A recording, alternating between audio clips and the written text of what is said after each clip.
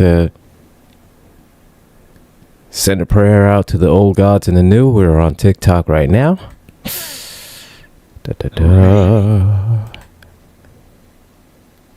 And so now we are streaming on the Raja. So we're live. We're live. We're live everywhere. Fantastic. We're live everywhere. So yes. Well, here we are again. It's 3 p.m. on Sunday. Yeah, you know what time it is. You know what day it is. Nerdquisition. That's right. Mm-hmm. Oh, Rules of yes. Nerdquisition have returned. And we are getting back to true form today. As always, you know us. I'm Gretchen. Of course. He's Gilbert. Of course. We're going to talk about Star Trek again today. We talked about some various subjects. We are back on the original series, Season 2. Season 2, Episode 2. 2 and 2. Who mourns for us? So who mourns? And Do we mourn? Do they mourn? That's a good question. Who That's mourns? a good question. I'm just going to throw this out before we break into a review altogether. Episode's goofy. It never was meant to take itself seriously. So there is that. Still a great episode. I do enjoy it. It's a lot of fun. It is fun, and just to take a little bit of advice or maybe inspiration from some other Trek shows, podcasts, what have you. This was season 2, episode 2, directed by Mark Daniels, written by your namesake, or maybe not namesake, but written by Gilbert Ralston. And Gene L. Everybody knows Gene L. was very involved in Star Trek, especially in the early days. I had a lot of writing credits. Of course. But we're talking about ancient Greek gods. Talking about gods. And talking other strange things. So Which is probably why we prayed to the old gods and the new before the show. Exactly. So at this point, I don't understand. At this point with Kirk, I don't understand why he still gets surprised and shocked about just weird shit. Anything. About anything. Why does he still get surprised about it? Because you've seen the weird stuff already, man. You seem weird enough to where it's like, okay, that fits. That fits. I get it. But in true Kirk fashion, though. This is one of the few episodes too where Scotty gets a little bit of screen time, more so than just being, in this one scene or that scene or relegated to comic relief. Unlike the Next Generation episode Relics, where I thought James Doohan had a great performance. But speaking of James Doohan, this is relevant. As always, everybody knows, I like to highlight one particular actor excuse me, in the show that has sadly passed away. And today we're talking about Lieutenant, who eventually becomes Commander Kyle. Kyle, played by John Winston in the original series, was often seen as a transporter chief or transporter technician. He's been in 11 episodes of the original series. He's done everything from fight Khan to have a mirror counterpart in the mirror universe.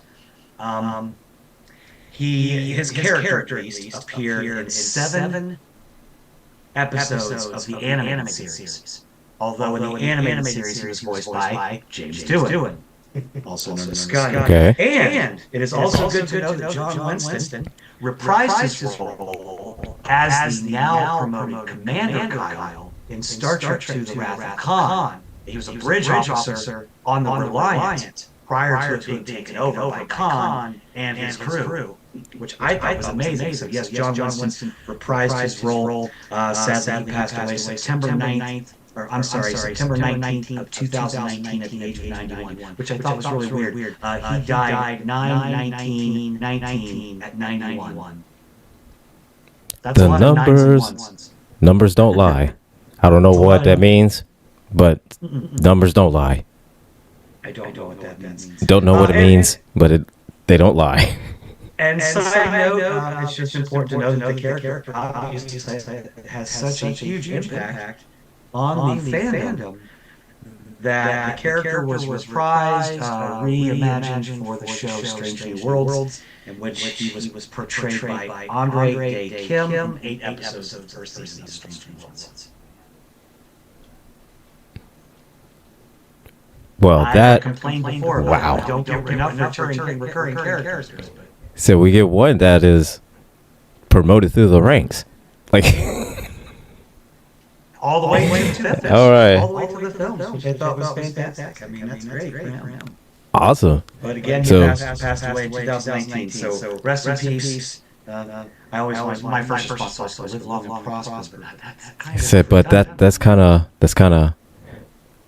inappropriate. So hello everybody that's coming in. Something like it's one of those. So everybody, welcome.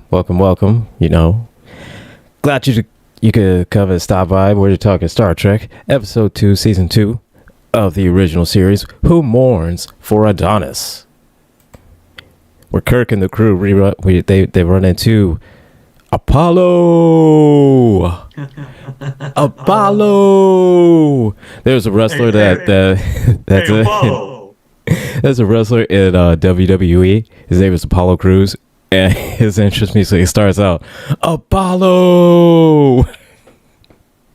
I haven't met anybody named Apollo. I'm just gonna walk up to him and go, "Hey, Apollo!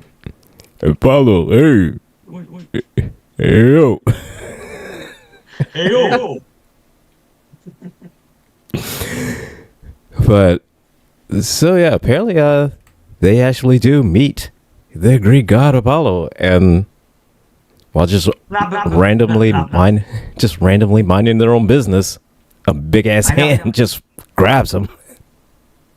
And Scotty is trying to get his Mac on. He's trying to get some game. Right? Flirting with was it Ensign? I thought she was a lieutenant. Lieutenant Carolyn Palamas. And he's just trying to get a little action. Said he's just, action. I mean, he's trying to get a little bit, just a little something.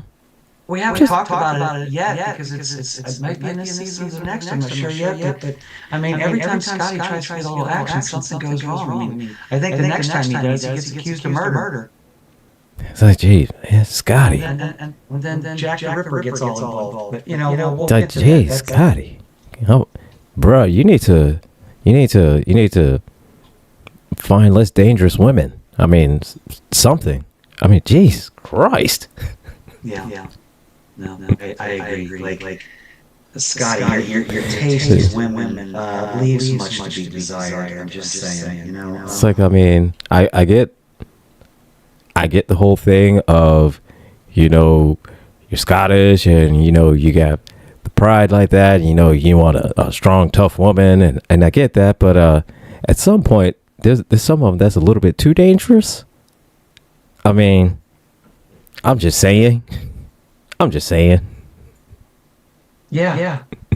And it's interesting that you don't, of all the characters in Star Trek, Kirk is aside for the most part, because he just loves everybody. Right. But Spock had a wife at one time, so he had a romantic relationship. True. McCoy, he's not really lucky in love either. I'm pretty sure he died single. No, McCoy was more married to the job. I mean, he had flings here and there. I mean, because the one shape-shifting, like beast lady thingy, transformed into, one of his old flames. So he had some flings here and there, just he was more married to the job than anything else. So, yeah. Yeah, there's the other one, and we haven't done it either yet, where they find the asteroid that has the city inside, and McCoy is dying, and falls in love with the administrator of this asteroid city thing, and that's a brief thing for him. But we know that Chekhov got married and had kids as Anton Chekhov. Yes. His son is the president of the Federation during the card show era. We know that Sulu's character had a daughter,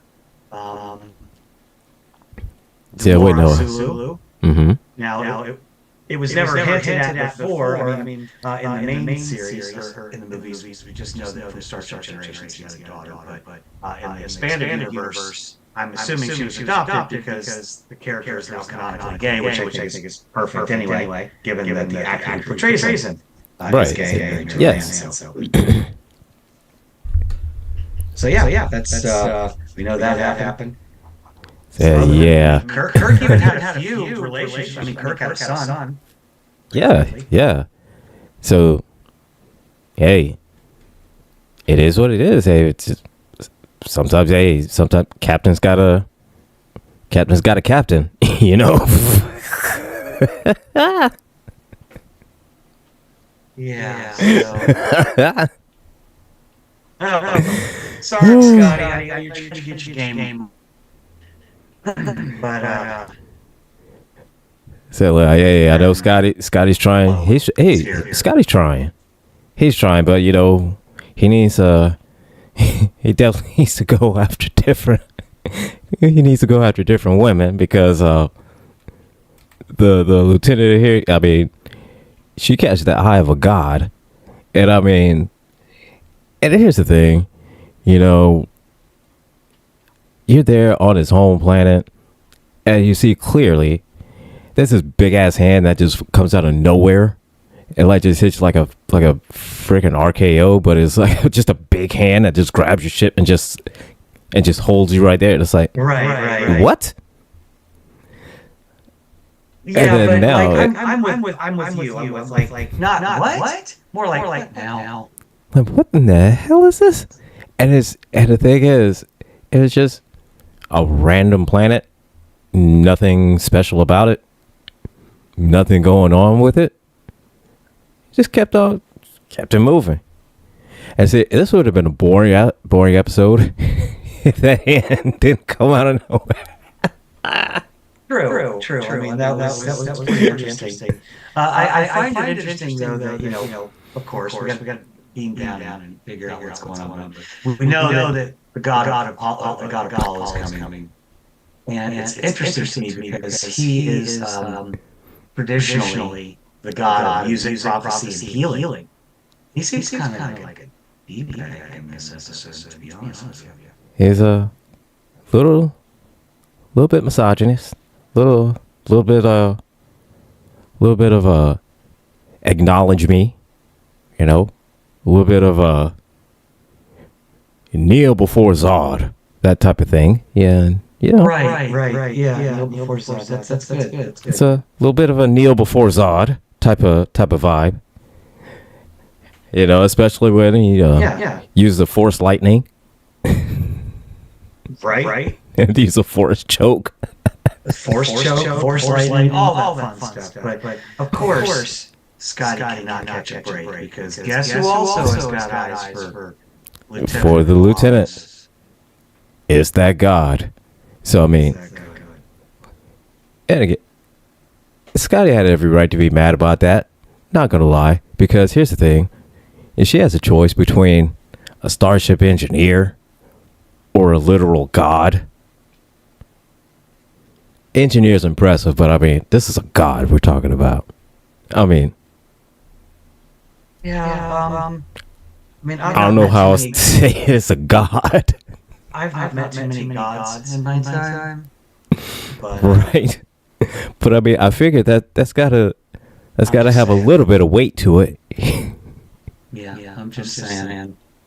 And Michael Forrest, who played Apollo, he was in that episode, good-looking guy. I give it to him. He's a good-looking guy. I don't think anyone else could have rocked that toga. Said no. Bill Shatner could have rocked that toga like he did in his prime. So hey, but Michael Forrest is still alive. He was the first person I looked at, and nope, still alive. So. Leslie Parrish, who played Lieutenant Carol Palama, she's still alive. So it's like, oh, you're not interesting. You're not dead. You're not interesting.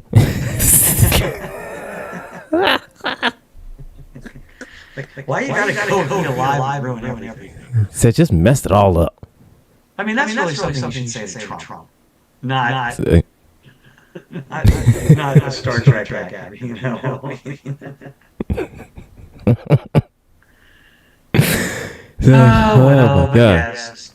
We're in space. Giant green hands. It's a giant green hand come out of nowhere. We got an ancient god in a toga, saying that he's Apollo, doing all kinds of stuff. You know, disappearing like Batman without the smoke. You know, Right. just scooping up bitches. You know, just taking them to the other side of the planet and say, "Hey, let's walk in the garden." Yeah, let's just walk in the garden. Let's just take just a little walk.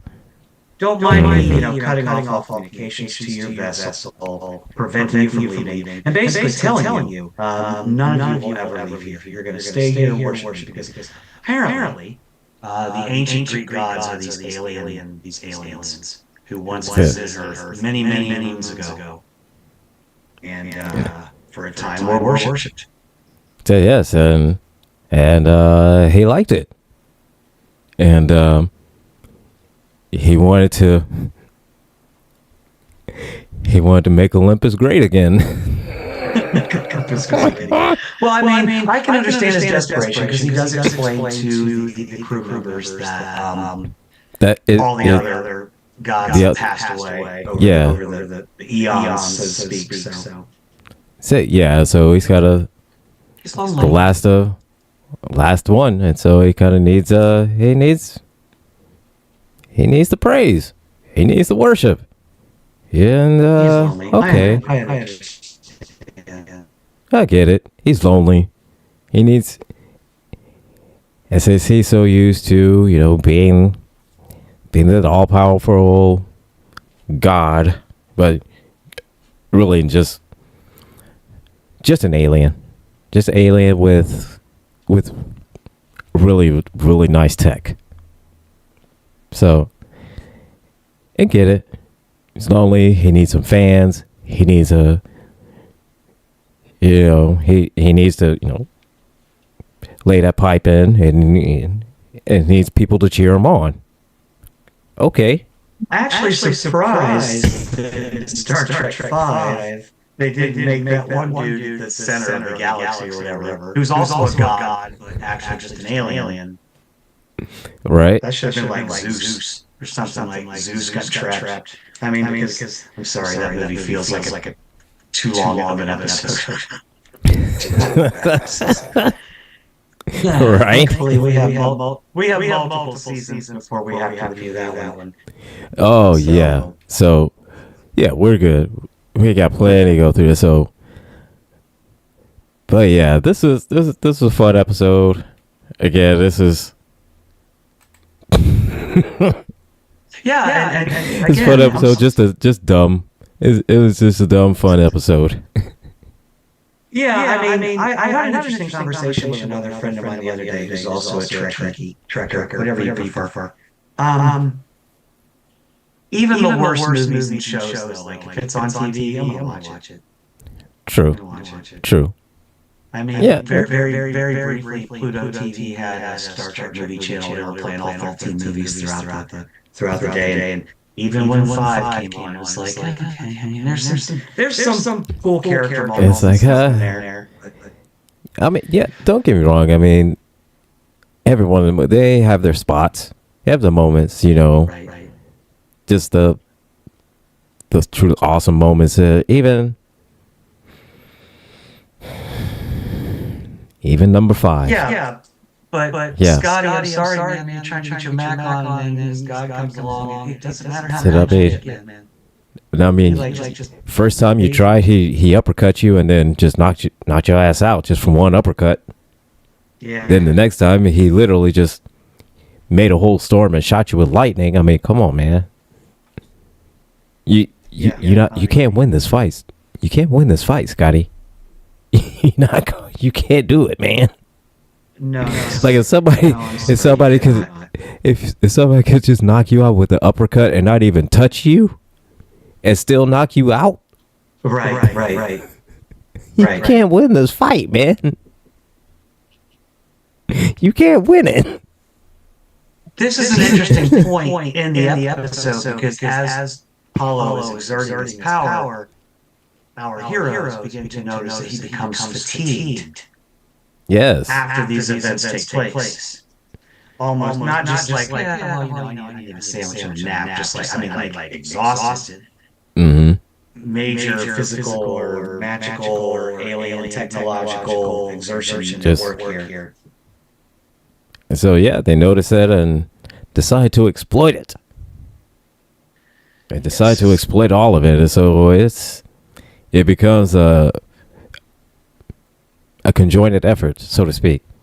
One from the Enterprise and one from the away team, where they're just nonstop testing his limits. Right. Yeah. Because that's Kirk's. That's Kirk's plan usually. Let's be aggressive. Be aggressive. Be aggressive. Yeah. Aggressive. That's his whole thing. Just always be aggressive. Be aggressive. Always. I mean, if he can't make love to it, he has to fight it. Right. If you can't F it, fight it. Right. And Kirk couldn't F it, so he said F it and decided to fight it. Right.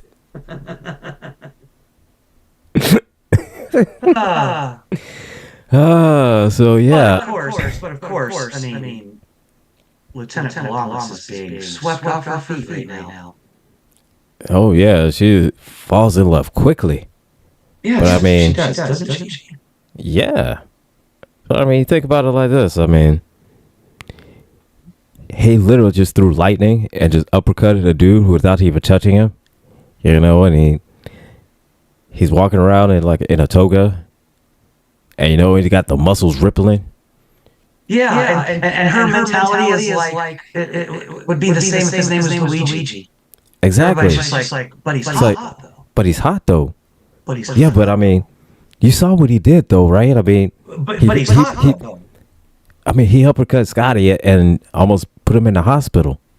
But he's hot though. He's hot though. It's like that's just cute to everything. Yeah. I don't know. If only Luigi had the powers of an Olympian god. But right. Moving on from that.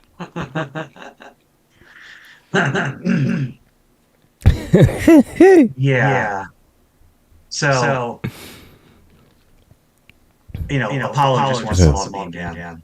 Yeah. He wants absolute servitude. He said yes. He's not and he said in any more space travel. Said no. He said, hey, look here, man. Y'all can be treated like the best you have ever been treated in the entirety of your lives. He said you'll have food, you'll have whatever you want, and all you got to do is just acknowledge me. Like some tribal chief Roman Reigns, just acknowledge me. That's all you have to do. And they said, you know what? Nah, son, we good. We gonna pass on this one, dog. They essentially said, okay, we hear you out. We have notes. And so yeah, then the plan started. The plan started to stress him out on so many fronts to where he had no choice. And then once they had just a big enough hole, the Enterprise exercised their 2A amendment rights. And they went a shooting. They went a phaser blasting on that some of my gun.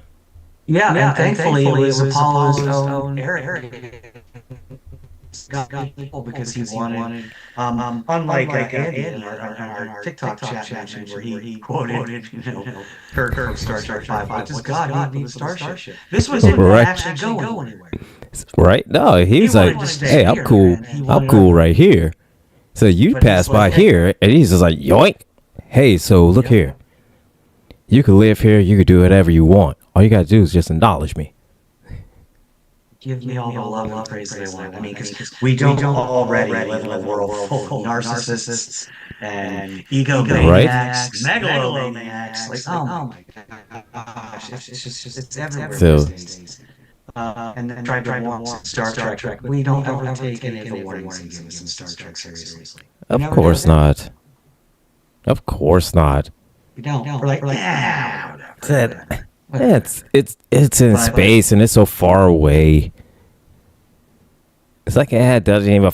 It doesn't affect me. That'll never happen. That'll never happen. Meanwhile, you got people over here like, well, why do you hate Trump? Well, I was hating Trump before it was popular. Okay, so whatever. So yeah. Anyway, Paul was like, hey, Kirk, I need you to crew down here, right? You got to get everybody down here. So I'm going to let you talk to your ship. Oh, and that's where he screwed up. And that's where he screwed up. Because then he said, hey, yo, Spock. He let Spock get involved. He let Spock get involved. He said, hey, Spock. He said, this is what's going on so far, man. So he says he's Apollo. Maybe he is, maybe he's not.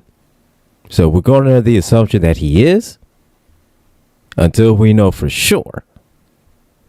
So we need to come up with a plan so we can get the F up out of here.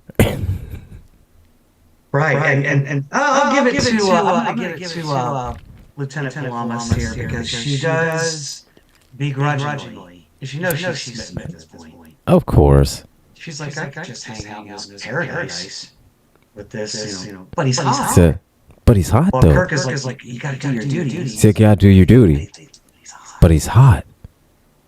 He said, look, I know he's hot, but you are a Starfleet officer, and I'm giving you a command. But he's hot. But he's really hot, though. But she breaks from that. She does stick by her duty, and she starts. One of my favorite parts of this episode is when she's talking to him, and she's like lying to him. She's like, "Oh, well, I'm not trying to get in the game. I'm just studying you. Like bacteria. I mean, like bacteria is like, damn. You just call her Greek god. You just compared a Greek god to bacteria.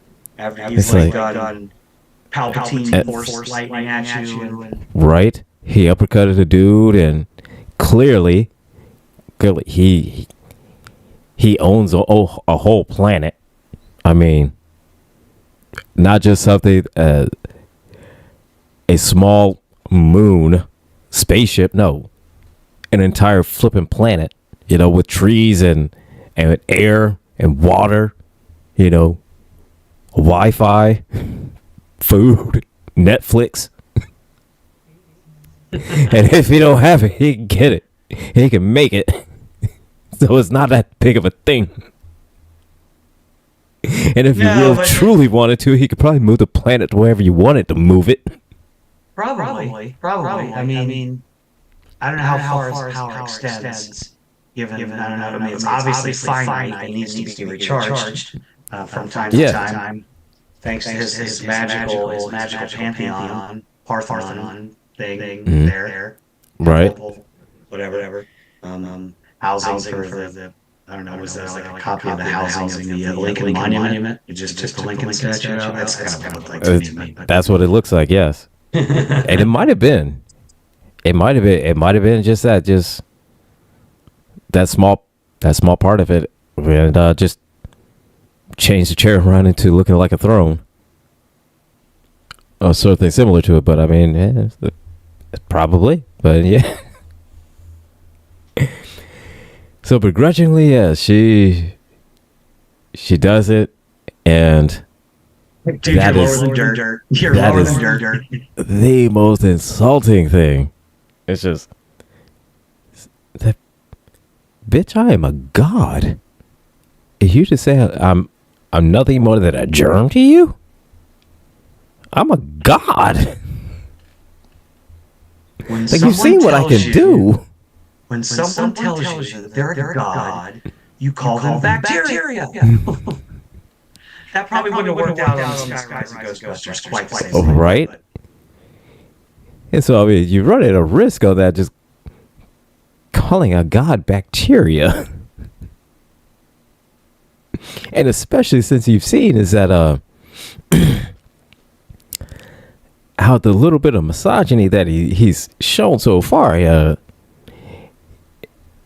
you saw he uppercutted a dude, and he choked another dude, and he lightning the same dude, and you think he won't do that to you? Oh boy.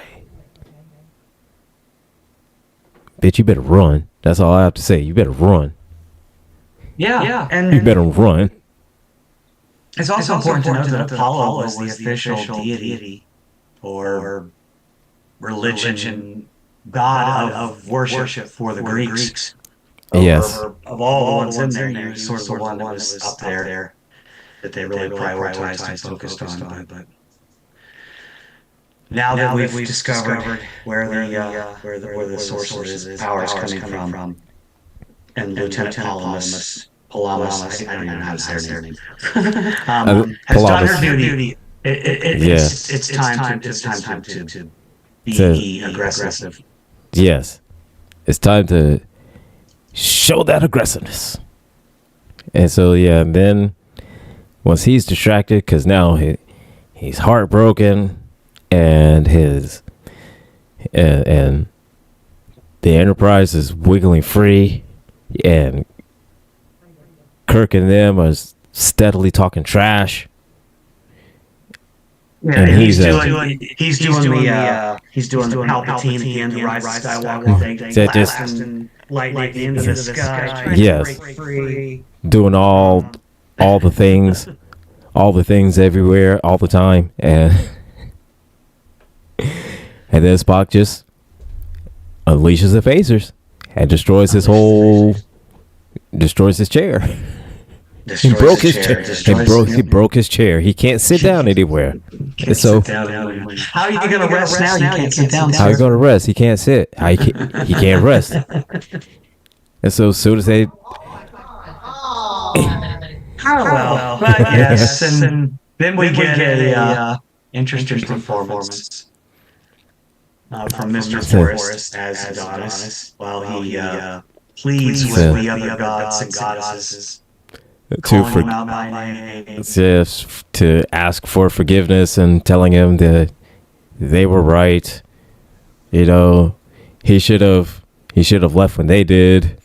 Blah blah blah blah blah. And which,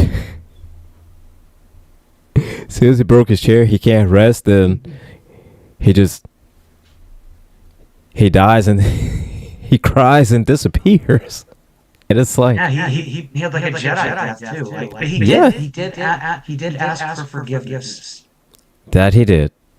So he did have he had a Jedi death. And then he became one with the Force. Yes.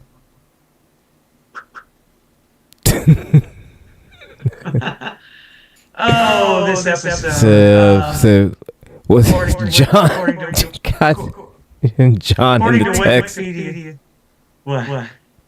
John in the TikTok chat said throw a marble or porcelain. That was a porcelain throne at this point, I'm sure of it. Yes. But according to Wikipedia, the AV Club gave this episode a C+ rating, noting it was occasionally memorable, but undone by lazy scripting and bizarre dialogue. It's ranked by Hollywood 37 best out of the 79 original episodes. It's also worth noting that a musical group called the Vulcan Dub Squad wrote a song called Who Mourns for Adonis. Okay. So well, I'm not even getting into the expanded universe stuff because it goes deep. Oh, yeah. It's way too deep for my little brain to wrap around. So. And not interesting enough material, I think, to really delve into the expanded universe. I mean, maybe it may be like interesting side notes or something like that, you know, but I don't know. Right. Anything to delve a whole episode or two, but hey, maybe, but I don't. I mean, I no, don't like think. there was a book called Vendetta, and it was a TNG book, and I've talked about this Mhm. before, where the Borg come back, and in that book it's revealed that the Planet Killer, the giant log planet killing machine, was originally designed by a race that was at war with the Borg. And Mhm. because the weapon was so powerful, they could destroy a Borg cube, which is why it destroyed and ate consumed planets. And I like the way that they kind of tied those things together in an expanded universe kind of way. I'm not going to read a Star Trek novel about some random Star Trek character who happens to be a descendant of Apollo. Right. So yeah, Was his name Luigi? Was his name Luigi? was it Luigi? Was it Luigi? I I don't know. But I think we all know who mourns for Adonis, which is the lieutenant. The lieutenant. She was. I think she mourned for him because I think she mourned for him because it was just before he was able to put the tip in. That's why she mourns. And Because she wasn't able to bang a god. Yeah, have we answered the question? Who mourns for Adonis? Have we answered that question?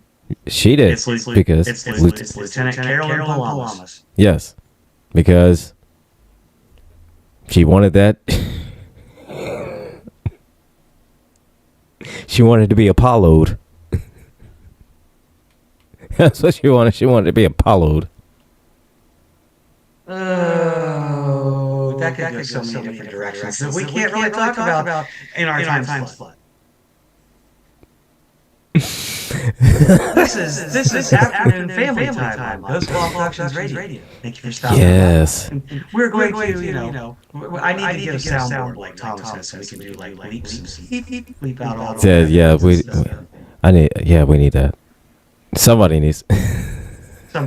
Somebody needs that. At some point, we'll need a better broadcast software than Zoom, in my opinion. But yes, but I mean, hey, it's we'll get there. We'll get there. It does the So- job. It does the job. So we'll get there. We'll get there. We're taking baby steps, but we're getting there. We're getting there. So, But as far as Scotty-centric episodes go, not necessarily centric, but at least putting him in striking distance of the main plot. right? Yeah, I mean, look at is the episode fun? But it's a fun episode, and Scotty got lit up twice. One time, literally got lit up. he got Palpatine or Apollo, however you want to put it. He got Palpatine and Apollo'd. Unfortunately, Vader wasn't there to throw Apollo down the bottom of the shaft. But we all saw how that turned out in last week's episode of Rules of Nerdquisition, where we had That is true. Vader love letter episode, also critique of the Skywalker saga of Star Wars, all 9 main episodes. So yes.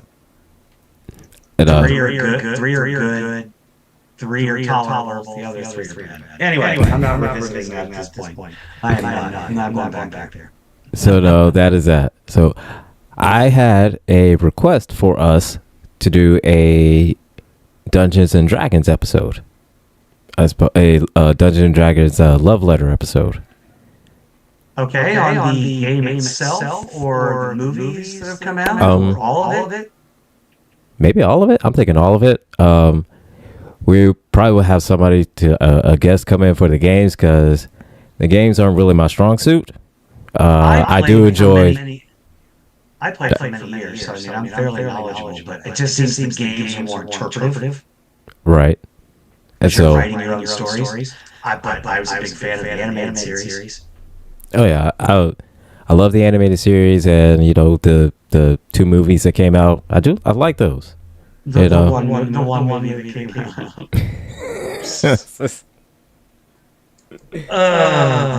But yes, I think Dungeons So look, I know, not a popular opinion, but I did like I like both of them. Not a popular opinion, I know. Not amongst the D&D community. I'm not going to argue with you that, obviously Dungeons and Dragons falls squarely into the realm of nerds and nerd Yes. So, yes, absolutely. I'm sorry. Marlon Wayans and Jeremy Irons.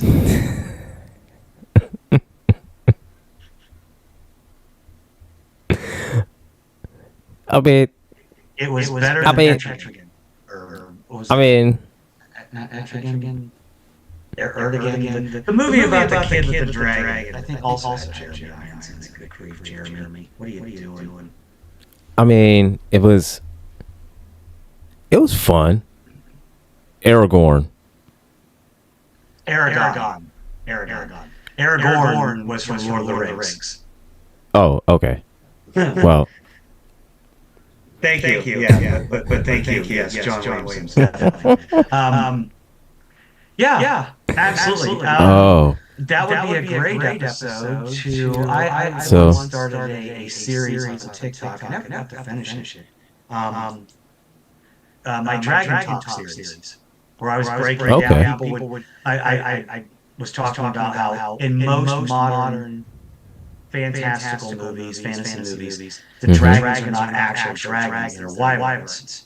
Because there's a key distinction between the dragons. Wyverns are dragons with two hind legs, and their wings may have claws on them that serve as front limbs, but they don't have any separate front limbs. Where the truest form of a dragon that you would see in, say, a game like Dungeons and Dragons has four distinct limbs and wings. But when you get into that, when you break that down, you start getting into worms, hydras, Asian dragons, European dragons, wyverns. I mean, there's such a huge breakdown, and that's certainly a topic that could be up for discussion. Definitely explore that definitely a lot more in depth. Yeah. So yeah, and so you pencil that in. We got a D&D episode, anime episode. Anime episode. Yeah, we still need to plan that out. Our anime episode. Yeah, we could. Something fun to do. Yeah. There's a few good ones. Taking notes here. So taking the notes. And for everybody, appreciate it. Thanks for all the suggestions. So again, you can DM myself or Gretchen if you have any ideas of love letter episodes that you want us to talk about. Hey, we have no problem. No problem with doing that. No problem at all. Because as you can see, I mean, in a 2-hour block, we can get through an episode of Star Trek in about 30 or 35 minutes. Yeah, because I mean, here's the thing. At this point, with the original series, they're pretty much kind of touching base on things that they've already talked about, as far as, misogyny,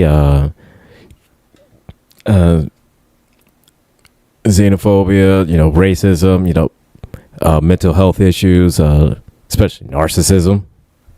So they're just kind of, more or less kind of retouching on these subjects, just changing the alien, changing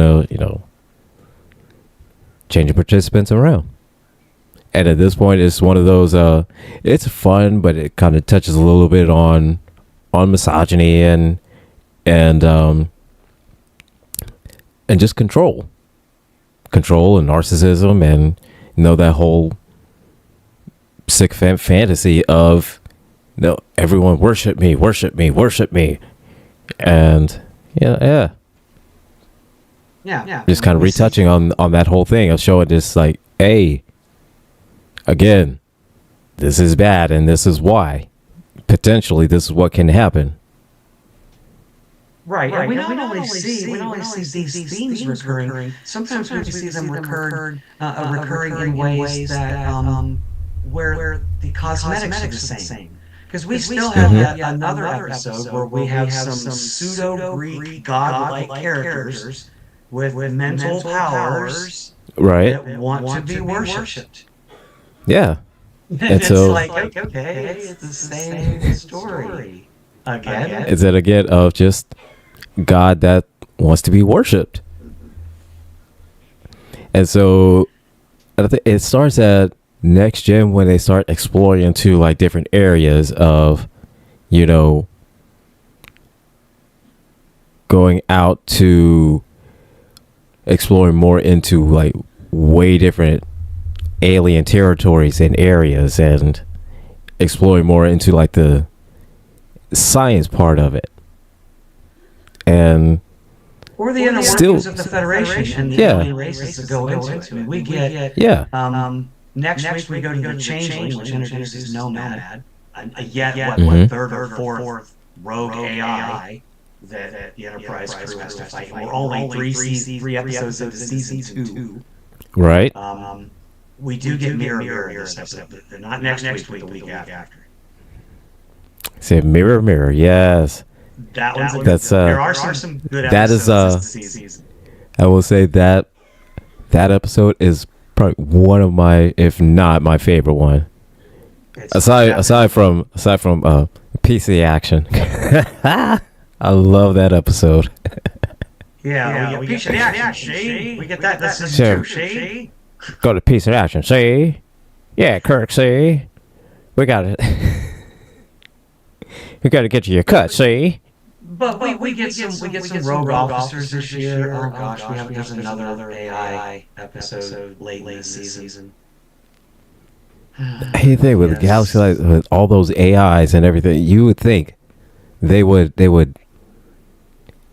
send a signal and say, "Hey, maybe we need to band together and crush all humans." Right, exactly. One of my favorite episodes in regard to like dealing with Starfleet politics and the different races. Journey to Babel we get this year. That's actually the first episode that introduces Mark Leonard as the character Sarek. I mean, he's already been in the series with where he portrayed Romulan, and everyone was like, Spock, is that your dad? Is that your dad on that show? No. When they say, wait, look at Vulcans. Right. We get first episode of Spock's mom. Mm-hmm. There's some good stuff coming up this season. Can't wait for that. Trouble with Tribbles. Of course, that's. Of course, that's where. So look at that's where. So right, I mean, the Trouble with Tribbles. That's the episode where I get the I came up with the expression of keep your tribbles spayed and neutered, because I mean, you see what happens. I mean, you give those things a little quadritriticalian, and then next thing you know, they're pouring out your vents. I mean, they're all up in your tubes and everywhere. Yeah. Just make sure that if you want to make sure that you get the problem solved, use the transporter. Exactly. Well, there'll be no trouble at all. There'll be no trouble with tribbles. If you transport the trouble, if you transport the tribbles, there's no trouble with tribbles. If you transport the tribbles, the tribbles are transported. Exactly. So, no. Definitely looking forward to that. I mean, what are love letters are we going to do? I mean, we've got Dungeons and Dragons, anime, and that's something that's important to people. We obviously have TV shows. We've already done BSG. Right, we've done BSG. We could do. Well, there's Eureka, because Sci-Fi Channel Classic. Yep. Warehouse 13. We're all like super nerds live, coming up with all kinds of cool new stuff. Absolutely, yeah. Eureka, that's a good one. Warehouse 13, that's another good one. Oh, let's see. Babylon 5. Yeah, Babylon 5. Babylon 5, yeah. Interestingly, I found something out the other day. There is a YouTube creator, Rowan J. Coleman. He does these amazing retrospectives. And what he does either he does 2-hour videos, and either he's reviewing one movie or one series. He reviews a whole series in one video. But one thing I thought was interesting, did you know that there are now official websites out there that rate different TV shows, not even related to Star Trek, call with a rating called Before the Beard or After the Beard. All I based prime, I didn't know that. all based primarily on the fact that it is generally accepted among Star Trek fans that Next Generation found its way once Riker grew a beard.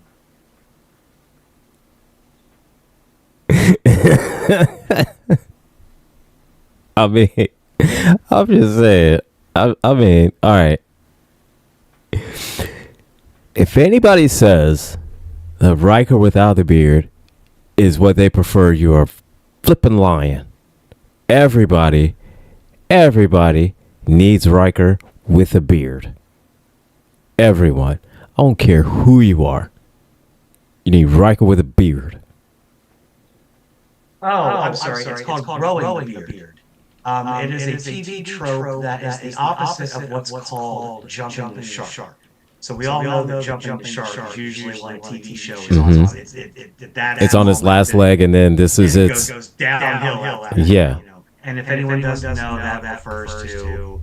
It's a Happy Days reference. Happy Days reference. Fonzie went skiing and jumped over a shark.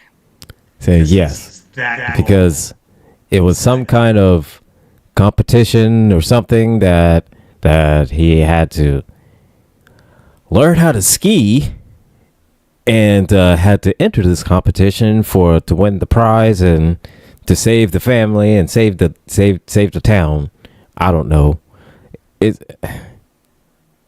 Right. within, to add a little bit of spicy danger to it, there was a shark involved. So jumping the shark is a TV trope usually meant to insinuate that a series has fallen seasonal rot, is what they call it, when it just becomes noticeably worse. Whereas growing the beard is the opposite, when a season becomes noticeably better and higher quality than it had been before.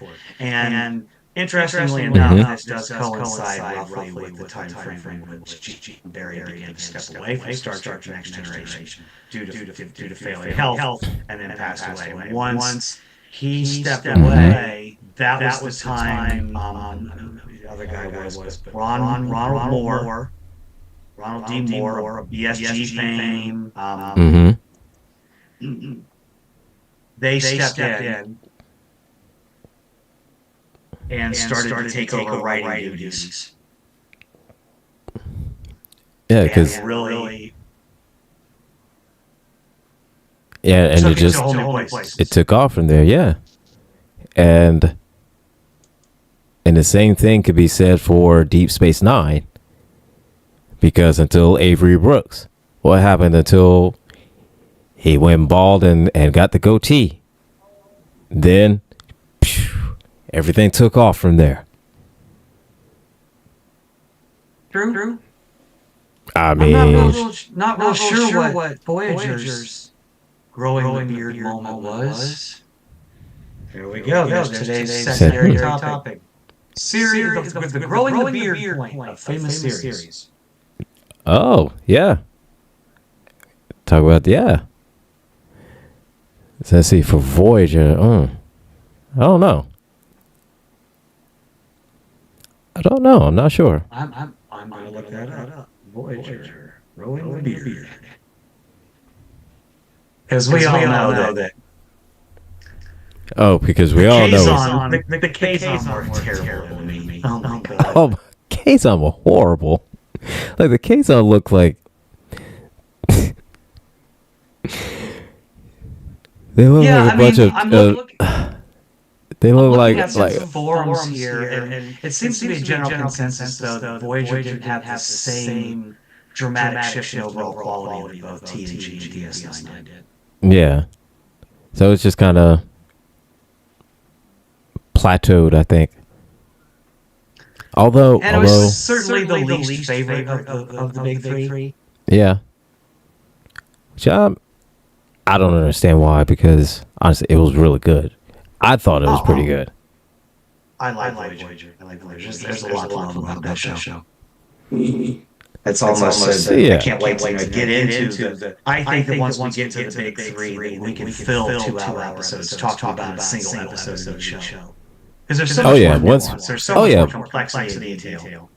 Oh yeah, absolutely. I mean, and not only just that. I mean, one, we just talk about just the visual effects on it. You know, props and everything like that. Because, hey, because we know George is deep in the modeling community, and there's people that he knows and mutuals that they know and whatnot that have all made props and everything for these series. So yeah, it was you could definitely explore all those shows, nuances, and topics of the shows, the show itself, the writers, whole nine.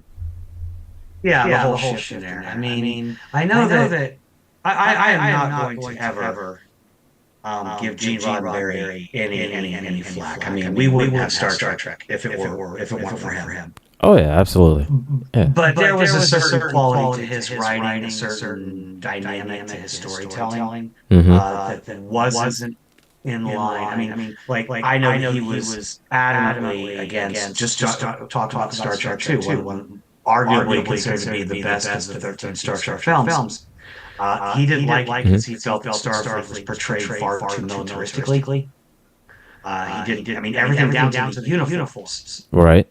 Arguably the most famous Star Trek uniform to date. They call it Big Maroon or Big Red or something like that. I mean, but right. I mean, I always enjoyed those uniforms. I thought they were cool. But he just felt that they were too militaristic. Yeah. Too militaristic when Starfleet should be more of an exploratory force. You know, which always kind of struck me as interesting because when you're watching the reboots and Pike is sitting in the bar with Kirk, who's got napkins in his nose. Yeah. And he's trying to explain to him that Starfleet is exploratory armada. And I'm like, explore armada. That's a. That's kind of a militaristic term. I mean, not to say those movies Starfleet was militaristic, but yeah, but I mean, it's kind of. Is it explorer or is it a conquering thing? Are we colonizing everywhere? What are we doing? What is this? I don't understand it. What's going on?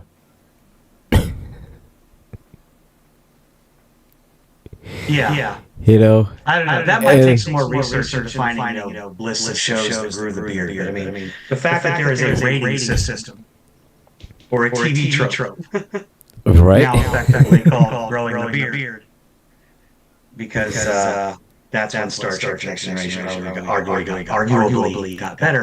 But I've also said I've said before, I think there are multiple factors that go into that. The uniform changes from the singular jumpsuits to the tunics and pants. Yeah. With the collars. Mm-hmm.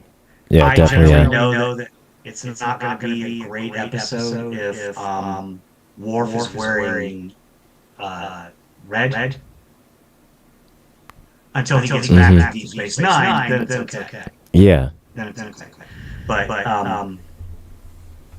I've already said before, even though it's after the beard, if Dr. Pulaski's in the episode, probably going to be your I'm probably not going to like it. Yeah. Because don't get me wrong, Pulaski, she does her job, but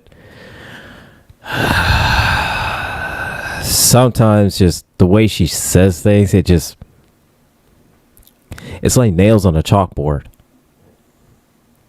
It's not, right. You quite don't want to, just, but at the same time, it's just annoying. It's just really annoying. Mm-hmm. If Geordi is not the chief engineer, then he's a branch officer. So yeah, he was wearing red. Then no. Did you know this? Did you know in Encounter at Farpoint, Chief O'Brien didn't even get a name. They didn't even name him in that episode. He was just bridge officer. I need to go back and watch that. I didn't go back and watch it because I didn't even remember that. Yeah. But I mean, again, no hate to Pulaski's actress. Diane Muldaur, Star Trek alum. She appeared in an episode of the original series, and she was a good-looking woman in her younger years. I must say. Not to say that she aged gracefully. I just didn't like the character. Just didn't like the character of Dr. Pulaski. Just didn't like the character, and I think maybe it mostly because we love Gates McFadden so much. Yes. I think maybe if we had, I guess, started out with Dr. Pulaski, we'd have gotten used to it. We'd have gotten used to kind of her demeanor instead of just being like automatically just like, can't stand her. But I think it's just simply because we love Dr. Crusher so much that we didn't want to really give Dr. Pulaski a chance. It's still a bit of an unconfirmed mystery, although there are ideas as to why she left for a season. And there's always going to be speculation, but until there were she rumors says that she just left to have a baby. There were rumors that she didn't get along with the creative team, which is one reason Denise Crosby left the show, because she was like, "What's happening?" Right, and all of those could be true, or any one of those could be true, or any combination of it could be, And again, until we hear officially from them and her agreeing that this is exactly why, we just have to kind of assume that it's either one of those or all of those. Missy Chrissy brings up a good point in the TikTok chat that the one time, I think it was the second one, Into Darkness. Mm-hmm. When Kirk loses command of the Enterprise and he gets that big lecture from Pike about breaking the Prime Directive. Yeah, and she says that Pike done the same thing. I agree. Yeah, he would have. Yeah, he would have. He's a little bit of a different characterization in the reboot movies than I would say that he's portrayed in Strange New Worlds. Let's see. Strange New Worlds, he's played by Anson Mount. So that I think his character, I like Anson Mount's characterization. And we had this conversation when we had Chris Hunter, the son of Jeffrey Hunter, who played the original Captain Pike on our show in an episode during the first season. And we asked him at the end of the show, we're like, okay, before you go, we got to know what your favorite series is. Like Strange New Worlds, of course. Of course, yes. Because it's the main character is the one that your Captain father Pike. Yeah, and he's the one Don't blame him. He's the one that cemented the character in Star Trek history, Captain Pike. So yeah. Yeah. And again, so I definitely love Strange New Worlds. Bruce Greenwood was a different kind of Pike. He was okay. It's just he was more of a career officer. He's more of a military guy. Yeah, more of a career military officer type of guy. Whereas Anson Mount, he's a career officer and everything like that, but he's a lot more relaxed. And drop, minus some of the misogyny from Jeffrey Hunter's version in the original pilot, which that just goes, we've talked about before, goes with the time frame it was made. That pilot was made in 1965. So at the time, it was... Anson Mount was much more, in my opinion, reflective of Jeffrey Hunter's Pike. Right. And he also had a polo shirt. Exactly. he gets the cool yellow shirt. So. But you know, these. But yeah, I think, but definitely agree that Anson Mount's version of it tries to stay as close to Jeffrey Hunter's portrayal of Captain Pike as close as he possibly can. I mean, we only get to see one episode of Captain Pike, so. Right. But yeah. Because it wasn't even Jeffrey Hunter that came back to portray him in Menagerie, as Chris Hunter pointed out in the episode when we talked to him, when we interviewed him. So. Yeah, we were all very aware of that at that point, but yeah, I'm glad that we got a new series. I know that season 3 is season 3 is set to drop soon. Right now, Lower Decks is out. Lower Decks. I'm catching up on that, but I'm a little sad about that because it's the final season of Lower Decks. Yeah. And I really enjoy that show, so it's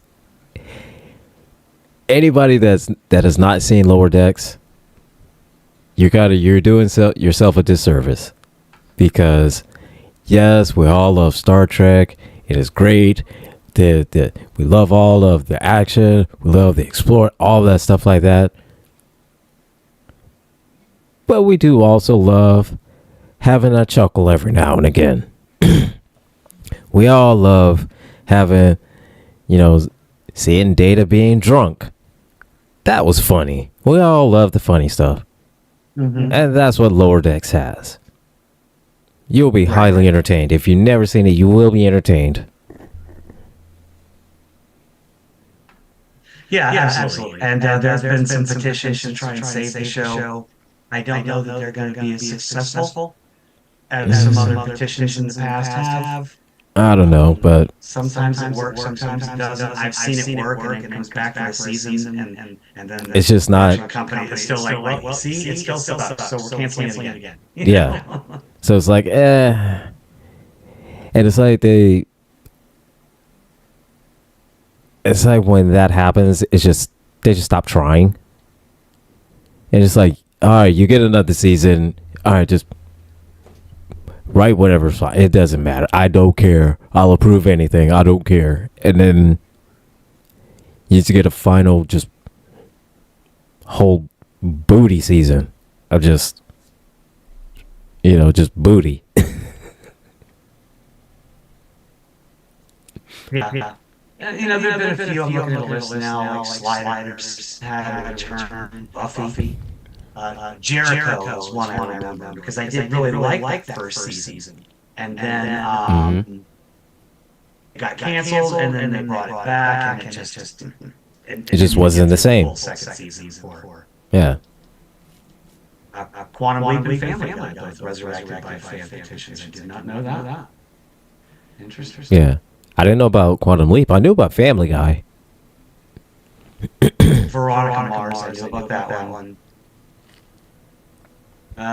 Firefly, that's probably a better example, but not really in the sense that it didn't get another season. It got a movie. Yeah. And fans didn't like the movie all that much. I mean, the movie was okay.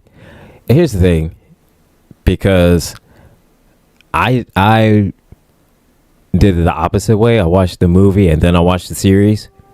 So I knew if I would have watched the series, then it would have been a different story first. But I ended up watching the movie first. So I watched the movie. I liked the movie, and then I watched the series, and I was like, "Well, I like the series better."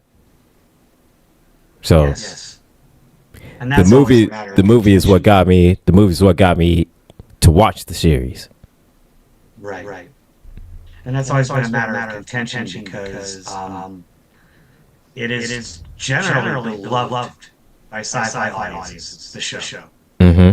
But then we also have to consider the fact that Josh Whedon's problematic ass is the one that's behind the show.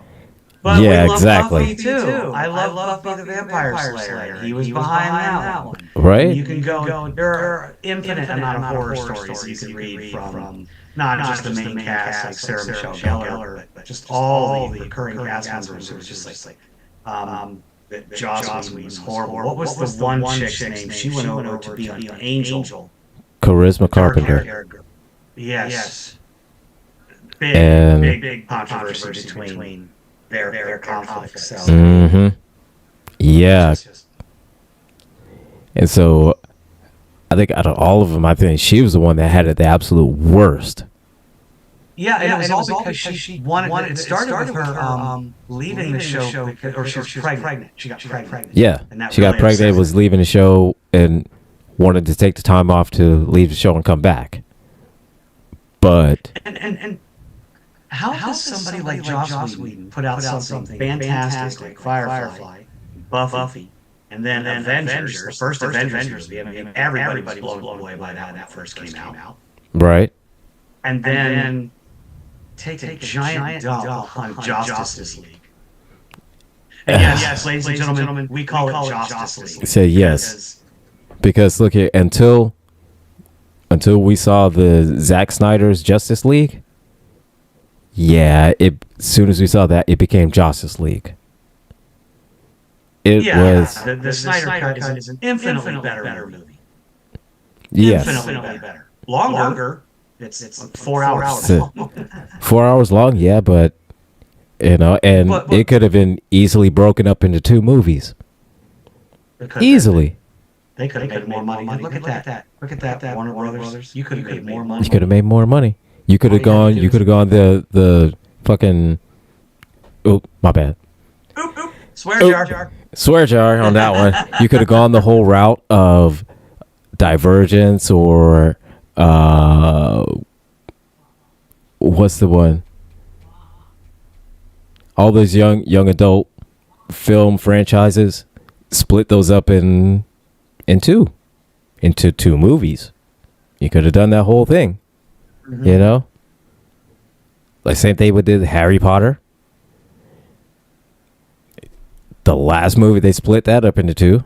You could have easily just made that one.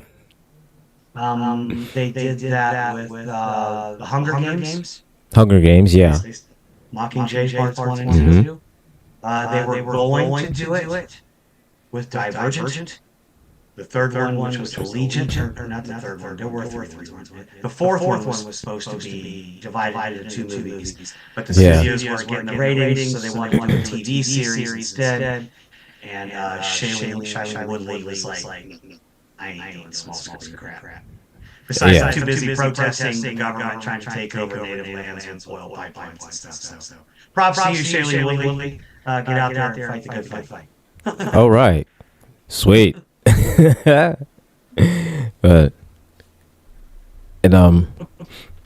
that brings up an interesting question. The mess, in my opinion, that the MCU has kind of become. We always make fun of DC. Mm-hmm. We always make fun of DC because they just other than Batman and the occasional Superman title, they just can't seem to get it right. Yeah. I actually am a fan of. I know a lot of people don't like Gal Gadot.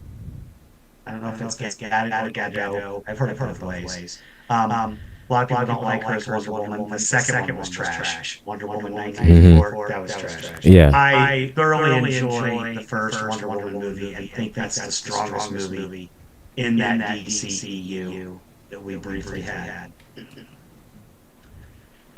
Yeah, I agree. After the Snyder cut, you could have built on that. You could have. Oh yeah, you definitely could have built on that one. He's us with a Superman cameo of Henry Cavill at the end of Black Adam. It's like I get that Henry Cavill is, the star power and all that. I get that. And, it gives, the fans that cameo of that, oh my God, and cool. However, and It's not DC's fault. This is, from what I understand, this is Dwayne Johnson said did not want Shazam in it, like, at all. I don't know. Maybe he knew something about Zachary Levi that we didn't know at the time, but now we do know, and maybe he knew that we didn't know. Yeah. Or maybe it's just like he just didn't want the stink of Shazam on the Black Adam. I don't know. Yeah. I mean, I'm willing to bet that a lot of Hollywood actors know each other's secrets and rumors and hearsay more than we do. Right. So, which is why we're seeing so many hip-hop artists right now, kind of. The dominoes are starting to fall in the DC scandal. Now that the baby Earl is spread all over everything, everybody's like in place. So, yeah. Everybody's slipping and sliding. Tom Cruise right in the picture frame. I mean, so just slide. But at least Marvel had the good sense to keep going. They had the good sense to, in Deadpool versus Wolverine, to not just address it, to kind of make a mockery of it.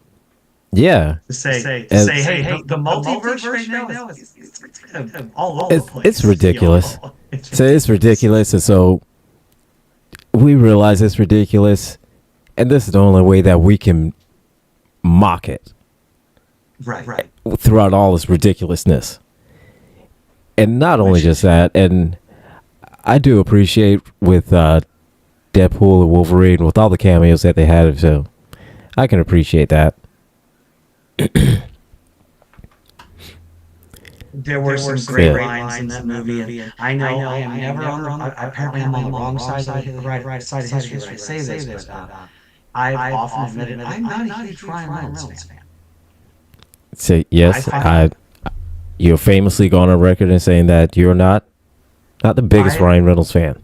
That he kind of annoys me at times. Mm-hmm. I was not going to watch Deadpool versus Wolverine, despite having, obviously like everybody who's sentient adores Hugh Jackman's Wolverine. If you don't, what is wrong with you? Correct.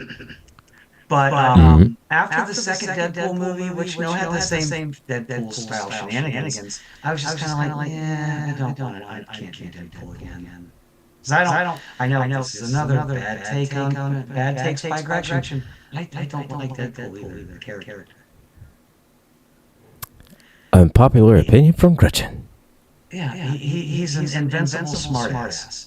Ooh. Interesting concept that is.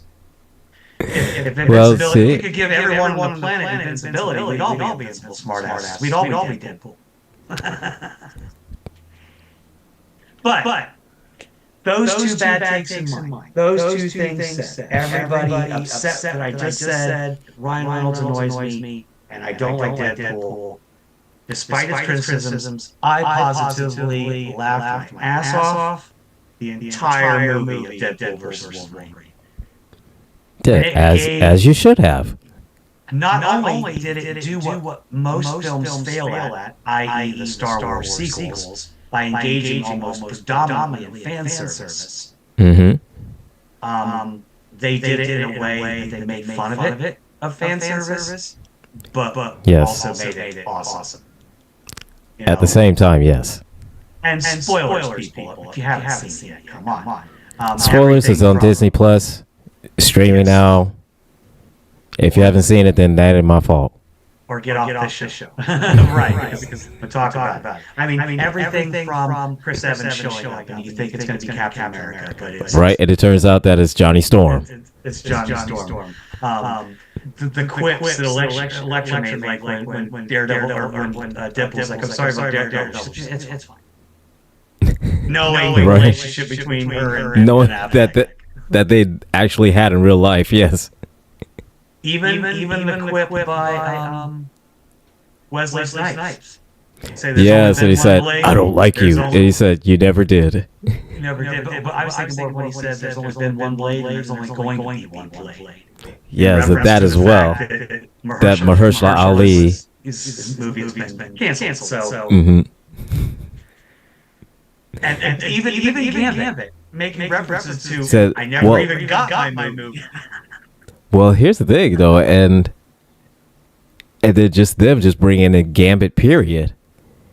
Because up until that point, the only Gambit that we had was just the Taylor Kitchener, whatever his last name is. I'm not sure exactly, but I want to say Kitchener. So Yeah, which he was good, and he was good. That was in Wolverine Origins, right? Yes, which he was good, but it wasn't the Taylor Kitsch. Taylor Kitsch. Kitsch. Taylor Kitsch. Yeah. So which is, again, it wasn't bad. I mean, he was cool. He played a good Gambit, but it wasn't that accurate. It wasn't that comic book accurate, you know? No, not like the one that walked in on. Yeah. Not like Channing Tatum. In which I personally am not a big Channing Tatum fan. No, and everybody gets mad at me. All my girlfriends get mad at me when I'm just like, no, I don't want to watch Magic Mike with you for the 712th time. Right. And my thing is just simply because he's a very stiff actor. Yeah. He delivers like just all deadpan, no emotion or anything like that. The only thing I've seen him that I kind of thought he was good in was 21 Jump Street. But that was kinda. But the movie, the movie, Ice Cube in it, right? Yeah, With Ice Cube and stuff. the remake, yeah, Made jokes about autistic people and stuff, which they got all the flack for. yeah, which is kinda. But again, that was the only time it was kinda. Like the G.I. Joe movies was Let me ask that question then. And G.I. Joe probably could fall into this too, but why is every remake of, say, an old property, especially a television series that makes a remake into a movie, why do they go with campy comedy instead of an honest-to-God remake in the spirit of the film? I mean, you know what? 18 maybe was, but still kind of goofy. Starsky Yeah. and Hutch was goofy. Starsky and Hutch was a straight up comedy on that one. Dukes of Hazzard, straight up comedy, just goofy.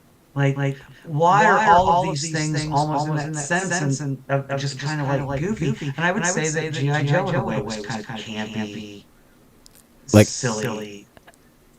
It was campy in the sense of the costume designs and sort of the story of it, because Joseph Gordon-Levitt was Cobra Commander. Yeah. What? Which I mean, The kid from Third Rock. and here's the thing, that it would have been fine. Him as Cobra Commander would have been fine in like flashbacks, and you see, oh well, you know, this is what happened, how he became Cobra Commander, and then every time you just see him, he's in the Cobra Commander mask. Yeah. And that would have been fine. They always got to do these like origin things. Like, why can't he just be Cobra Commander already? And I have to address this comment in the TikTok comments. Michael P. says, He-Man. LOL. Oh my God. What was that travesty known as Masters of the Universe?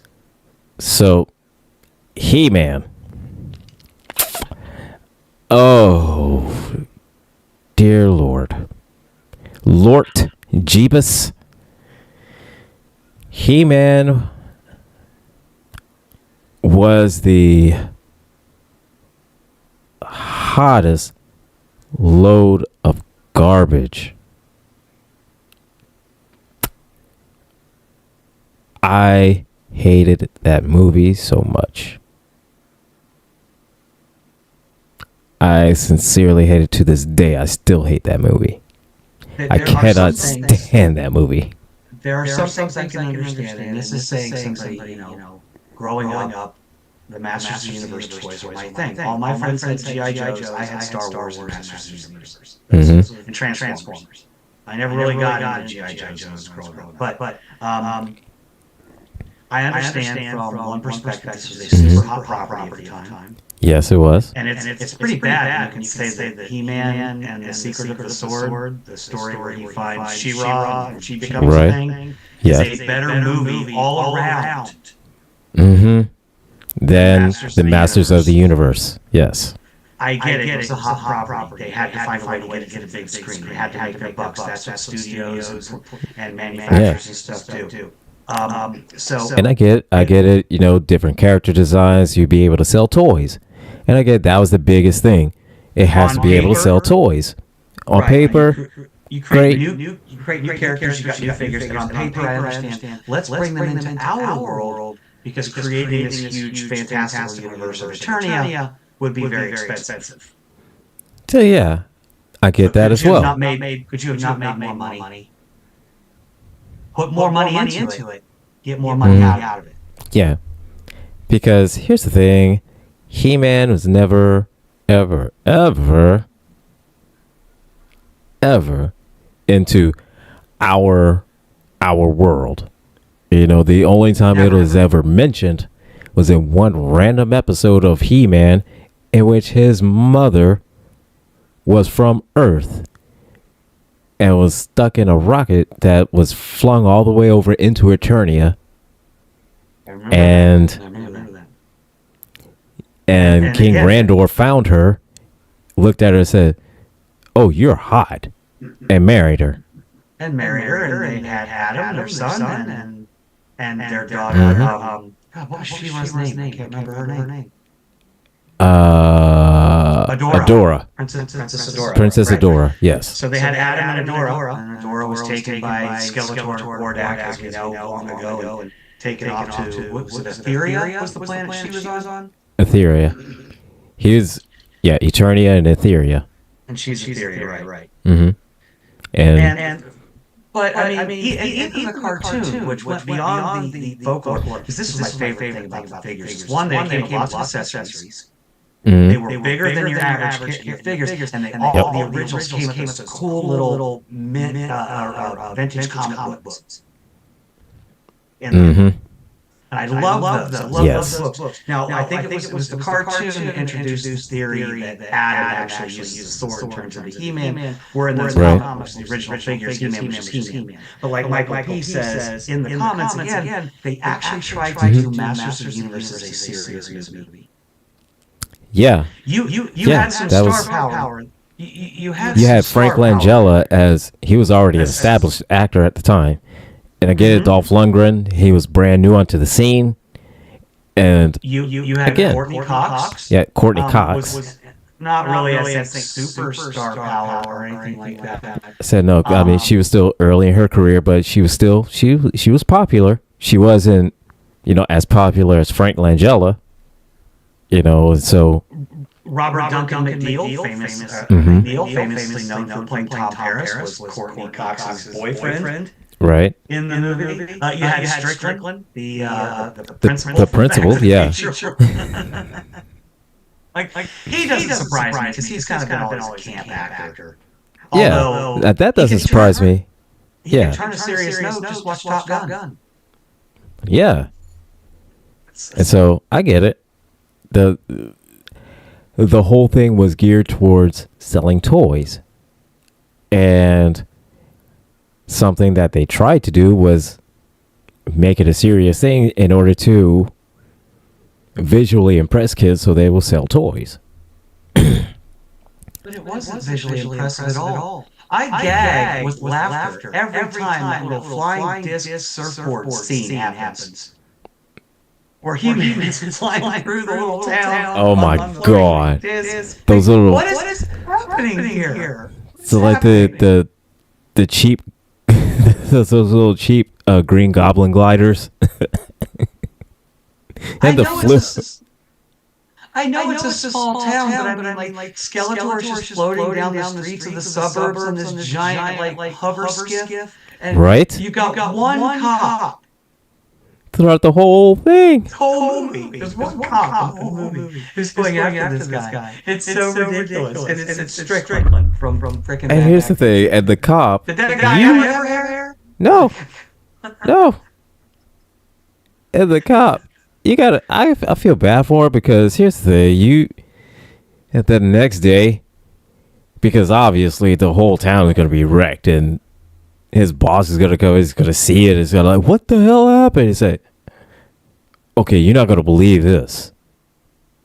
And he proceeds to tell him that this gigantic thing happened, and there were these people that were on things that were flying in the air, and there was like these red and blue laser lights that were going at things that were just blowing up.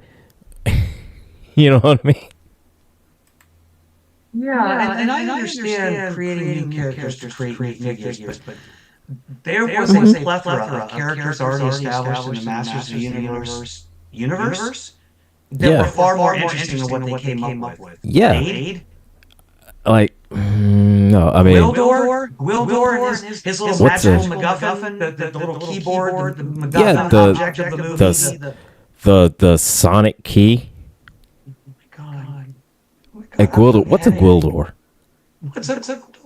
What's a Gwildor? I mean, the Man-at-Arms and Tila that they had was just ass. Man-at-Arms was probably the only competent depiction of a character from the cartoon. Yeah. And which I get, maybe they couldn't do an Orko, so they had to do Gwildor. Okay, for the time period, I'll buy that one. I'll give that Okay, I'll give you that one because doing an Orko, you didn't have the technology to do an Orko. All right. So you had to do something. Why not just leave it at Tila and Man-at-Arms? How many times has it just been them? I mean... Right. And realistically, what did Gwildor do?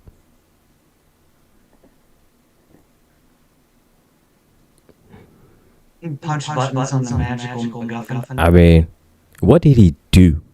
It was like and a he didn't, cylindrical keyboard with tuning forks on it. Yeah, and he didn't really do anything. It was the kid, the kid that was in the band that just kept playing around with it. He's the one that did it. I'm trying to find some information on the upcoming remake. They're doing a 2026. I think Amazon's behind it. I can't tell really? If it's animated though, or if it's going to be live action. Because this is now turned into a pseudo love letter episode to Masters of the Universe. Because I adored those toys as a kid. I had all the vehicles. I had. So I had Snake Mountain. I had Castle Grayskull. Yep. I had both cats, Battle Cat, I can't remember, but Skeletor's was Panther, I believe. And it was actually had purple velvet covering it. Yep. Mossman, was it Mossman? That sprayed the, not Mossman, the little... No, Mossman, he actually smelled like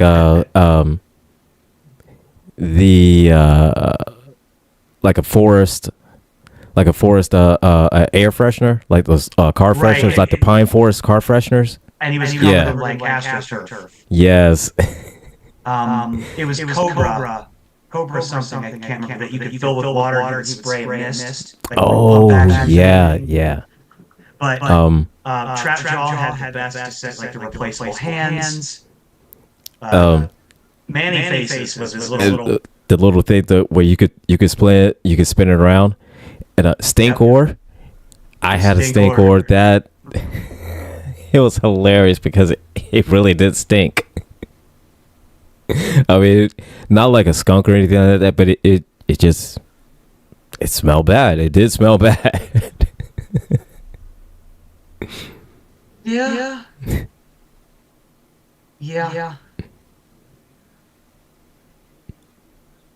Yeah, I mean, they're saying it's getting a 2026 release date. Travis Knight is directing the Amazon MGM film. Mm-hmm. Also backed by Mattel, obviously. Oh no. Oh no. Oh no, that doesn't sound good. The film will follow, according to its synopsis, and I quote, 10-year-old Prince Adam crashes to Earth in a spaceship and is separated from his magical power sword, only linked to his home on Eternia. After tracking it down almost 2 decades later, Adam is whisked back across space to defend his home planet against evil forces of Skeletor. Oh God. Why? Oh, that's so bad. Does Earth have to be involved? But yes, Michael P. Glow-in-the-Dark Skeletor, battle damage Skeletor, and there were so battle damage He-Man. That was. I love the battle damage He-Man. I don't know why.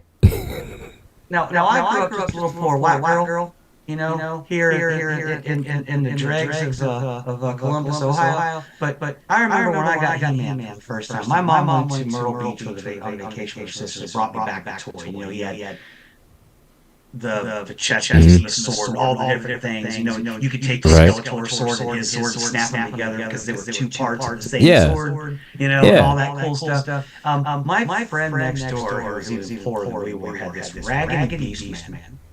And I remember outside playing with my He-Man one day. He came outside and he was like, "Hey, I'll let you play with my beast man if I can play with your He-Man." And I was like, "No." It's like Beast Man don't even have real fur. It's like that's all just plastic. It's like that's not even. It's not even trying. Like it's not even trying. But I should go to my middle kid, who's actually in college now, home on Christmas break, halfway through their sophomore year, in their closet at my ex's house. We bought my oldest years ago all of the second gen releases of Master of the Universe toys, which tried to emulate the originals without like they didn't have new kung fu grips or anything like that. They basically just went back to the old molds. And they had some better paint jobs. I might have to dig those out. Okay. Bring them over here to my house. Why are they rotting over there in that closet? I'm gonna have to get that stuff. That would make great backgrounds once I get my studio set up finally and I stop using digital backgrounds. Mm-hmm. Castle Grayskull, battle scene going on. I could do a battle scene with action figures better than that movie. So I wish I still had it, but my mom threw all that shit out. I was so mad. I was so fucking. Again, swear jar. God, my bad. Anyway, I was so mad. I was still mad about that. I did a lot of mine was like I just at one point in my life I thought I was outgrowing this stuff. I sold like all my He-Man toys and all my Transformers at a garage sale my mom had. And I made decent money, but I would go back and not do that now. Yeah. I had Snarl. It was very difficult to find. The Stegosaurus Dinobot. Mm-hmm. Back when Transformers were still made of metal. Oh no, when I had all the Dinobots. I only had him, but of course, Grimlock, Swoop, Snarl, Flag, Slag, Sludge, yeah, Slag and Sludge. They all started with S except for Grimlock. Yep, I had all of them. Me Grimlock, me king. Exactly. Oh, there's a love letter episode, Transformers. Oh, Transformers, yeah. And especially with the Transformers 1, the newer one that came out. I need to watch that, and I positively adore what the 1986 Transformers animated movie. My only issue I've ever had with Transformers, and it's been fixed recently that they kind of do this, but the main issue I've always had with Transformers is bringing humans into it. Bringing it all onto planet Earth. It's just... Fair. I've always hated it, just simply Which because. is why I love Beast Wars, because there were no humans. Exactly. That's why I love Beast Wars.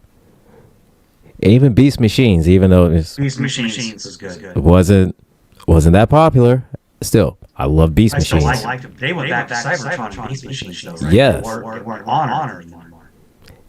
Yeah, and that's the thing. Since then, I've always been on a kick of I would prefer to see a Transformer series where it's on Cybertron. I kind of got that, you kind of get that. Michael P. points out that Transformers at least was written that way originally. Yeah. They did come to Earth. It's not like they went and made a movie about it just to force Shia LaBeouf down our throats, which they did. Yeah. But they did, but yeah. They were still building off the concept. And in that Love Letter episode, I think we can talk about all these things. I think I'm only going to give, a little bit of talking points to the Michael Bay movies. I'm sorry. I don't like them. No. No, I mean, the Michael Bay ones had some cool designs on some of the Transformers, but overall, it was just bad. It was just bad. My problem is with the Transformers in general is they move so fast, transform so quick, which and logically makes sense because they are extremely advanced machines. Yes. But it just you couldn't tell what was going on. It was happening so fast. There was a fan film. I can never find it anymore. Someone did on the internet 10, 15, 20 years ago. It's just like a dude walking by, say someone had a phone cam, they were walking past a parking lot, down the sidewalk past an empty parking lot. And in this parking lot is a giant flat front semi truck, just the truck itself, not the trailer. It's gray and blue in this particular scene. And it's one of the earliest CGI movies I saw on the internet. And it transforms into Optimus Prime the way the toy does, right in front of you. It looked realistic. Yeah. It looked cool. Why could you do that? And I'm sorry, the whole movies, you can't have a Transformers movie without the, it's like ingrained when they transform, like, come on. Right? Where's the sound? Where's the sound effect? Where's the actual Transformers? I mean, yeah, the ones that you had in there for other ones, so it's like they're doing the shoo, shoo, shoo, and doing the quiet form of it. Okay, cool, yeah, but you're talking about a bunch of fans that are, nostalgic. That transforming sound is one of those sounds. And that was just one of those things that it wasn't there. And I get the whole thing, it was geared towards a different audience, but there's just some things that are just a part of every series, and every one of them is that transforming sound and that specific sound. That specific sound. But So yeah, at least the Michael Bay movies, they stuck to something, and it had some comedic parts in it. They take, but again, there was too much comedy, I think, even in the first couple. Yeah. They kind of dialed back a little bit when Marky Mark got involved, and Shia LaBeouf went the other direction, and yes, I will call him that until I die, because I can't stand that dude. Silly. And it was... Ruined Indiana Jones.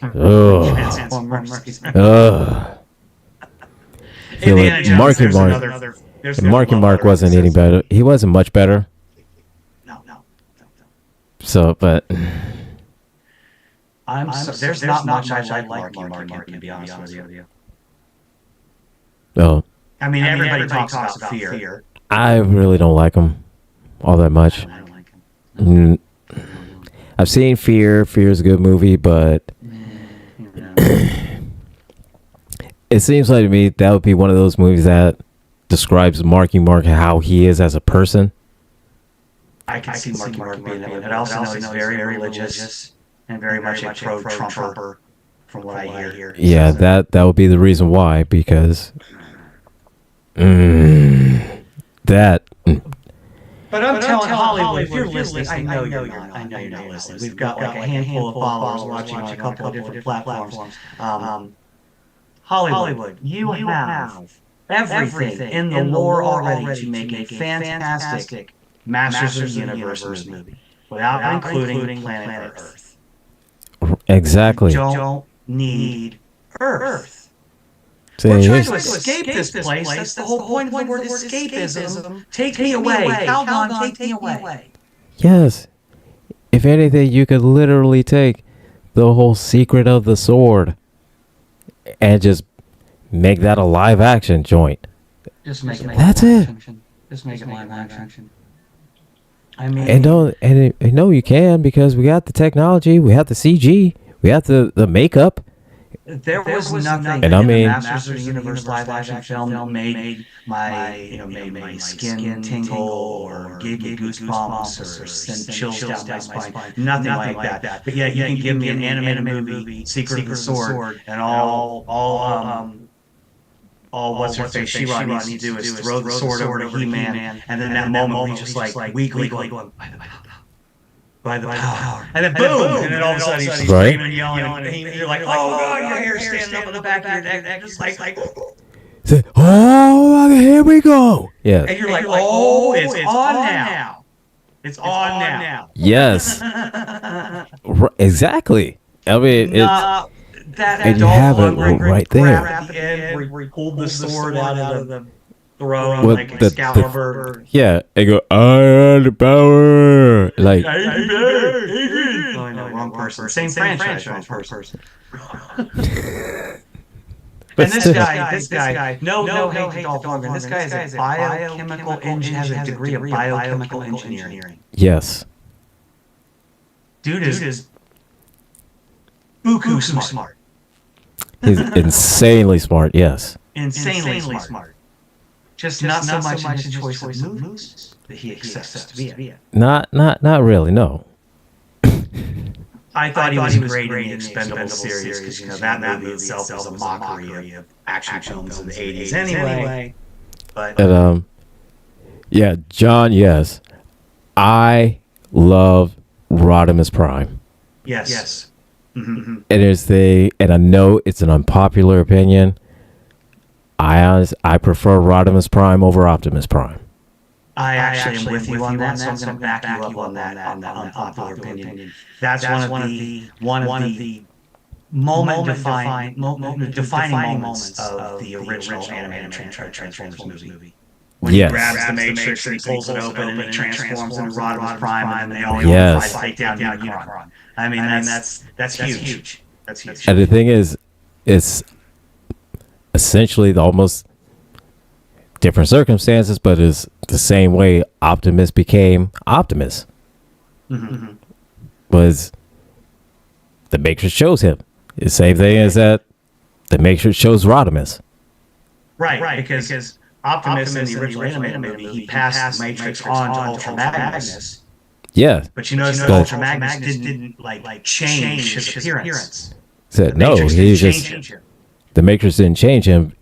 But when you saw when he tried to hand over the Matrix to Ultra Magnus, and you get that little bit of foreshadowing in which Rodimus touched it, and it kind of brightened a little bit. Right. And you saw that kind of it started glowing a little bit brighter when Rodimus touched it. Arguably, too, I would say that animated film was Rodimus Prime's movie, or Hot Rod's movie. Mhm. He's the main character through the whole movie. I mean, Yeah. you follow his misadventures all over the universe while he's trying to, And he's trying to figure out what's happening. He's trying to get everybody back together, and him and Cup and Springer and RC, and then that's when you get the introduction of more expanded universe of Transformers with Springer, Cup, RC, and the whole nine, and Blur, and even just Hot Rod himself. and not just with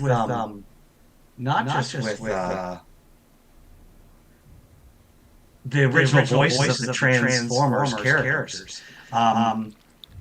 You got some great voice acting in that movie. You had Orson Welles as Unicron, Robert Stack as Ultra Magnus. I want to say wasn't And let's not forget Leonard Nimoy as Galvatron. As Galvatron. Leonard Nimoy's Galvatron. Yes. But wasn't Judd Nelson Hot Rod? Yes, he was. Yes. Yep. Yes, he was. Yeah. So we had some fantastic voices, and then just from standard series actors, and then. But yeah, Leonard Nimoy, I forgot he was in that Galvatron. I mean, that was a pretty intense scene. What was it? Starscream's coronation. Oh my God! Yes. Yeah, we got to save some of these conversations for the actual Transformers Love Letter episode. Wow. Oh, I could go on and on for Transformers because I've pretty much seen at this point every series of it, except for like some of the anime versions of them. But I've seen. I've seen a lot of those either. But I do like the Beast Wars 2. So it's on Paramount Plus November 15th, so it's already out on Paramount Plus. So I need to go watch that. But yeah, Transformers 1, it was good. It was good. Stayed on Cybertron, and it kind of told the story of, well, a story of how Orion Pax became Optimus Prime, and how D16, which I guess that was his designation, became Megatron. Oh, see, John Williams, speaking of Leonard, I want to see a clip of him making the wub sound for Star Trek. What sound? I'm not sure. The wub sound. I'm not sure I know what that means exactly, but it is interesting to throw out there. We need to remind everyone that Leonard Nimoy did sing the song, was it the Ballad of Bilbo Baggins? That he did. That he did. Bilbo Baggins. Oh boy. It's like we are coming close to the end of the show, so it's been fun. So I guess we got a few Love Letter episodes to put together of anime, D&D, Transformers, a few other, Babylon 5, Eureka. So yeah. I think that what we ought to do going forward is, especially with TOS, I think we can make every episode a love letter episode. Let's just decide what we're going to do. We'll come in. Yeah, we could do that. Yeah. First half hour, we'll break down that week's episode of Star Trek. That way we don't get behind. Mm-hmm. And then the last hour and a half is our love letter episode 2. That way, whatever we're not franchise. Star Trek a whole episode or something like that. So. Yeah. Kind of mix it up. Bring it into. Bring it in. Mix it. Make a whole mishmash of it. Yeah. Sounds good. We'll discuss. We'll surprise everybody next week. So next week we'll talk about the Changeling. Nomad. The Changeling, yes. So a not so original plot point on Star Trek where rogue AI threatens to prove the Enterprise. Again, AI. Keep saying it. Keep saying the dangers of AI. Terminator has shown it. The Matrix has shown it. And I think The Matrix is like a sequel to the Terminator, or Terminator a sequel to The Matrix. One of those two. Something. Yeah. But I know the writer of The Matrix could be a sequel to Terminator. Wipes out the main populace, world's destroyed, then they turn humans into batteries. Oh yeah, it was somebody that was involved in both of them that she said that she made them like kind of the two franchises sequel to each other, but I forget which one is supposed to be a sequel to the other one. It's like The Matrix is a sequel to Terminator, or Terminator is a sequel to The Matrix. I mean, I forget which one, but it's one of those two.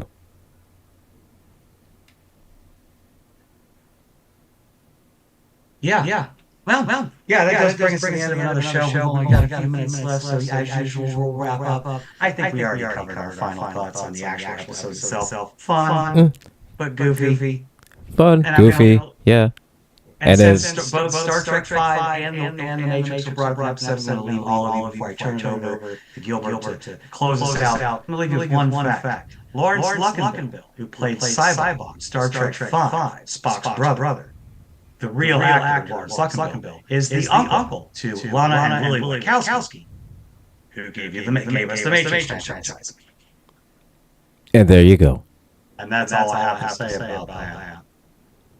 And all I have to say is, again, keep your triple spayed and neutered. We'll talk about that in a little episode later on as to why you want to keep them spayed and neutered. So that's all I have. So all right. We love you. We're out of here. Take care, everybody. We'll see you later on the Villain's View.